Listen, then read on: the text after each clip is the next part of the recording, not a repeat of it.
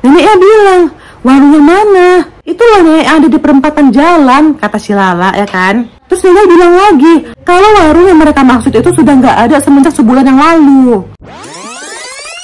Halo guys, assalamualaikum. Selamat datang kembali di channel aku. Apa kabar buat kalian semua? Buat kalian makasih ya sudah nonton video ini. Dan buat kalian yang baru nonton, salam kenal buat kalian semua. Oke, di video kali ini aku akan kembali menceritakan kisah horor, di mana cerita ini dialami oleh satu keluarga yang sedang pergi ke kampung neneknya. Tapi saat di perjalanan, mereka mampir ke warung yang ada di pinggir jalan dan nggak menyadari ternyata warung itu adalah warung hantu. Penasaran kalian kan? Ya udah, nggak usah berlama-lama lagi. Kita langsung masuk ke ceritanya dan tonton video ini sampai habis ya. Tunggu dulu. Buat kalian yang belum subscribe dulu dong. Cerita ini dialami oleh seorang wanita, kita sebut aja namanya Mbak Lala ya. Mbak Lala ini tinggal bersama orang tuanya di Jakarta. Kita sebut aja nama ayahnya Pak Ardi dan ibunya Bu Nani ya. Nah, suatu hari, Pak Ardi ayahnya Lala mengajak mereka untuk liburan ke rumah neneknya yang ada di Ciamis. Ibu Nani dan Lala pun merasa senang karena memang mereka sangat suka kali suasana di sana. Tempatnya itu kayak pegunungan gitu, banyak pohon-pohon yang menambah suasananya menjadi asri dan sejuk katanya. Ditambah lagi, mereka pun sudah kangen kali untuk mau ketemu sama si nenek. Yaudah lah ya kan, mereka pun mempersiapkan barang-barang yang akan mereka bawa. Dan keesokan harinya, sekitar jam 12 siang, mereka pun berangkat dari Jakarta menggunakan mobil. Udah tuh, di perjalanan semua lancar-lancar aja tuh. Mereka juga sangat menikmati perjalanan mereka, sampai-sampai sering berhenti di pinggir jalan buat sekedar jajan dan menikmati kuliner-kuliner yang ada di sana. Makanya itu mereka jadi lama sampainya. Gak terasa sampailah mereka di Kabupaten Ciamis saat hari sudah mau maghrib. Kalau dari situ sekitar 30 menit lagi lah sampai ke rumah neneknya. Lalu tiba-tiba Pak Adi kebelut tuh, pengen buang air kecil. Tapi saat itu mereka ada di jalan yang kayak hutan-hutan gitu, yang sama sekali nggak ada rumah dan penghuninya. Udah tuh mereka jalan terus, berharap menemukan ada setidaknya rumah atau warung-warung terdekat. Sampai mereka mau melewati jalan perempatan gitu, akhirnya mereka menemukan tuh satu-satunya warung ada di pinggir jalan. Sebenarnya agak seram kata si Lala, karena lampunya tuh kayak gelap, remang-remang gitu, ditambah lagi dengan suasana yang sepi dan udaranya yang dingin. Tapi karena ayah udah kebelet kali ya kan, akhirnya Pak Ardi pun langsung memarkirkan mobilnya ke warung tersebut.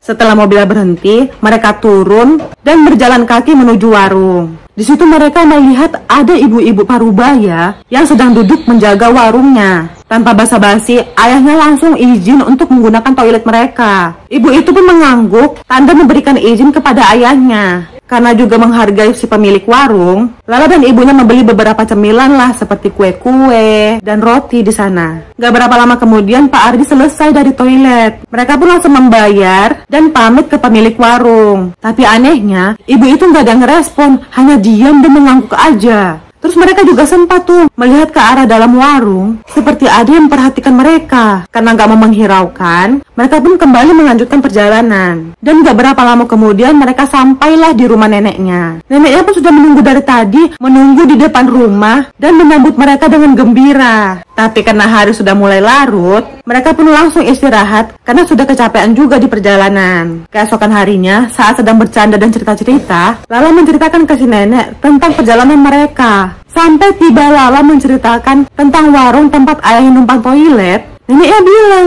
warung yang mana?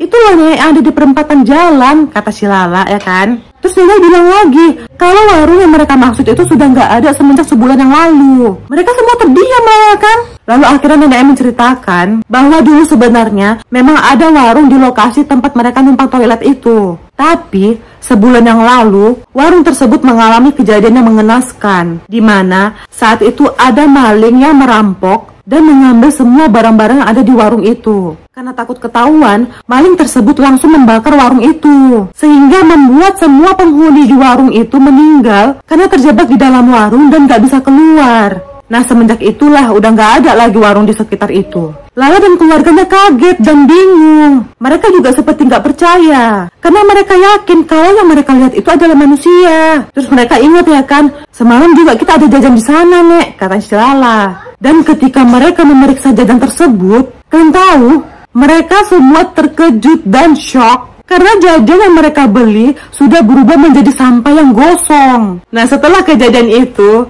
Saat pulang ke Jakarta, mereka pun udah gak berani lagi untuk mampir-mampir ke warung ada di pinggir jalan. Tapi sebenarnya banyak gak sih kejadian yang kayak gini? Waktu itu aku juga pernah dengar cerita dari videonya Kak Nadia Omara tentang warung goib kayak gini juga. Ada perkumpulan teman-teman yang singgah di warung pinggir jalan dan makan di warung itu. Terus saat mereka melanjutkan perjalanan, salah satu temannya tuh HP-nya ketinggalan. Jadi mereka kembali lagi lah ya kan ke warung itu. Pas mereka kembali lagi, anehnya mereka udah gak ngeliat warung itu lagi. Yang ada malah gubuk tua yang sudah terbengkalai. Nah temannya itu nelpon lah ke nomor HP temannya yang ketinggalan itu. Dan saat ditelepon, HP-nya itu bunyi dan ternyata ada di dalam gubuk tua itu. Ih, serem ya kan? Kalian juga pernah mengalami hal kayak gitu nggak? Silahkan komentar di bawah ya. Oke, sekian dulu cerita aku kali ini. Semoga kalian suka sama video ini. Dan semoga bisa mengisi waktu kosong kalian. Buat kalian yang punya pengalaman horor, boleh kirim ke email aku yang ada di deskripsi untuk bisa nambah koleksi horor buat aku dan aku ceritakan ke kalian semua. Dan jangan lupa like, komen, dan subscribe ya. Nyalakan juga notifikasinya agar kalian tahu setiap aku upload video baru. Oke, see you next video. Bye!